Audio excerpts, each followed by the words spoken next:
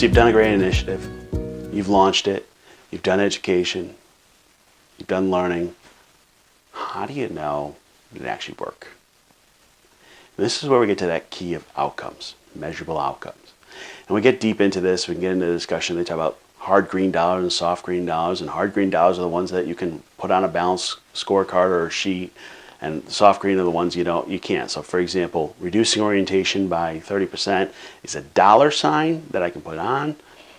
Preventing falls is actually a soft green dollar because I don't know how many would have been there. It's a prevention of potential loss, and it gets a little bit weird. So what we want to do when we're doing education initiatives, we want to find ways to have outcomes at both the process and the outcome level to show progress and keep things moving. To do this, we have a card on demonstrating outcomes and also called radishes. Radish is a term that comes out of a story one of my colleagues told me, where they went to learn how to create a garden, and they had all this great information and went through this whole program and understood that, and at the end the instructor said, go home and plant radishes. And they're like, well, why radishes? Nobody likes radishes. Well, the answer was they grow quickly, and you can see the sprout quick, and pretty much anyone can grow them. Well, sometimes we need that radish, that little sprout of something to show that we're making that change to keep people going. What happens in learning initiatives is people often pull the plug too early. If I do a learning initiative and let's say it's on patient satisfaction, and the patient scores go up next month, they go, wow, we're a success, and give up. And they just stop the education there. Well, anyone who looks at patient satisfaction knows scores vary month to month anyway. And there's such a lagging indicator they may not truly measure it.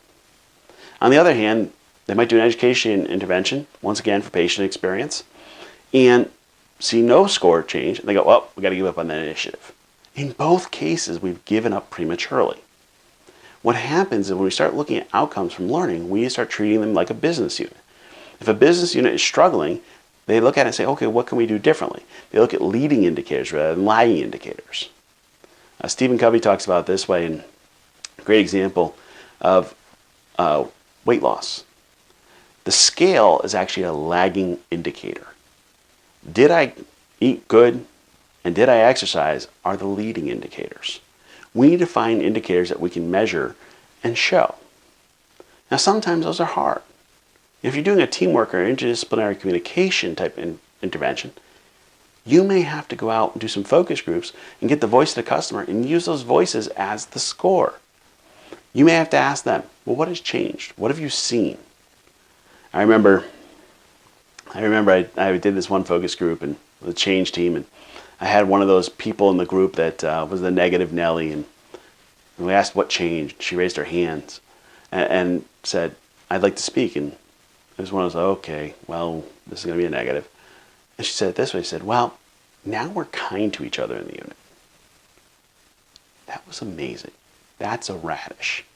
When somebody who's always been negative all of a sudden says, we're kind to each other. That's the type of thing we should celebrate. What happens is we worry too much about, are we doing bad? It's that negative, the red light, that we don't celebrate the good things. We should be celebrating more than we're punishing. You know, I walk through units and look, and they've got all these signs and red stickers that we messed up this. Well, how about we focus on the things we did right? Because then the staff doesn't feel like they're getting beaten. We need to be having parties, celebrating. We were working with one team. Their scores went up for a month. We went and had a pizza party. You know what? It's simple. It works. It's about having a celebration for the successes, for the small ones, for the radishes. The big ones are going to come, but they're going to take time. They're going to take 6 or 12 months before you're stable enough that you can put your money on it, so that you can move away to the next initiative. But we need to be celebrating outcomes. Now, I'm going to challenge you not to use things like smiley sheets. Did people like the course or not? That's not an outcome. That's just a quick reaction. Outcomes got to be something at the bedside, something that a behavioral change at least that we can celebrate. Find things that work. I was working with one team on interdisciplinary communication, and we do the intervention, and a week later they have a safety event. And this is exactly what we're trying to prevent. And we all kind of felt a little downtrodden in that. It happened. But we go into the RCA, root cause analysis, and we listened to the people and they said, you know what? We skipped this step. If we had done this, it would have prevented it. And that was all things we had taught them. And that's what we celebrated. That they knew what they could fix. That's huge. They may not have gotten it the first try. That's okay. We need to figure out how to celebrate our small successes so that we can have the big ones in the long run.